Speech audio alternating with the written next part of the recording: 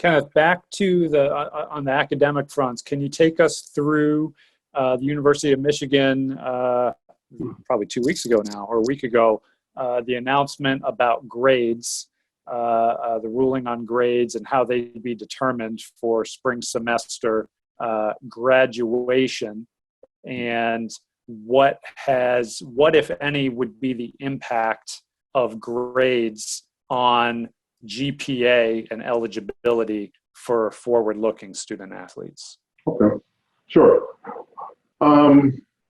Few thoughts. First of all, is understanding the impetus for doing it. One of the reasons for doing that is to be able to recognize our current situation, which is brand new to everybody. Another way is to not be punitive within this transition. The other is to have empathy with it as well. And I think another part within that is to be able to recognize some of the different things that's going to end up coming out of this as it relates to the teaching and learning process. The great thing about it is that students have the ability to unmask grades. So for those who might have been a borderline or a questionable student athlete as it relates to continuing eligibility GPAs, you can be able to unmask grades to be able to help them show or demonstrate that they have met continuing eligibility progress. So with that, now the worry and angst about how you're doing in a class to some degree is a little bit, lifted. And I think this is a great opportunity to be able to address some of those concerns with this. I will note that there are quite a few teams within the Big Ten that have moved to this process. I'm not saying that there aren't others in other conferences, but I think everybody recognizes the impact of this. Because what you don't know is how that may be touching their respective families. So now you have that to contend with as well. And I think this right now just alleviates a lot of those pressures as you're going through, recognizing that in order to receive a passing grade, you got to at least get the minimum of a C- or above. And with the other of getting a NR, no record, COVID, just recognizing the challenging circumstances that we're now all living in. Does getting that R, no record, COVID, how would that impact somebody's progress towards degree completion in the future? So it doesn't factor into the GPA. Okay. So nor would you actually get credit for it. So if you get an NR, basically it's saying that it's not going to have a GPA implication. It will have a credit implication though. Got it. Okay. We have a follow-up here from Austin about the online environment at Michigan. So it's a follow-up to online courses. There has been plenty of discussion and conversation about other schools where athletes are more regularly able to do coursework in an online environment. He's curious to know if the panelists feel like Michigan's lack of online courses has created a competitive disadvantage for U of M in the educational landscape. If so, if not, has this current situation created any momentum for a shift towards greater online access? Yeah, I think, as I mentioned earlier, I think it's definitely getting the leadership to think about that and what the future of the University of Michigan education experience is going to look like for sure.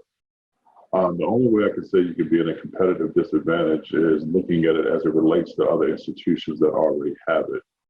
The reality is, in terms of the admission numbers and the number of applicants, I mean, the University of Michigan brand has already stand the test of time at the end of the day. And I don't think necessarily that it has hindered folks. I think what it does is recognizing that if you come to the University of Michigan, you come into an institution that has a reputation that precedes itself and also has the ability to network you to the largest living alumni population in the country. I mean, bottom line.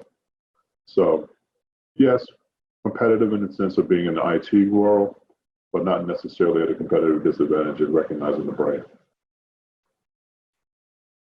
Thoughts on that, BT or Maurice? And the quality of education. So let me finish that too. Oh, yes, sir. Appreciate that. And I would just say, you know, there's a group of kids. First of all, I agree with everything Kenneth just said. Now I have 2 degrees from this university, and I know how important that is, or how beneficial that is from that standpoint. And I still say that the majority of the work that's going on, of course, not right now, is face-to-face and learning and those different perspectives, and you get to hear those different perspectives. But as a former student athlete here at the University of Michigan, I think that anything, there can be positives and challenges to anything. Nothing is perfect. But I would say that, like Kenneth said, this is the University of Michigan.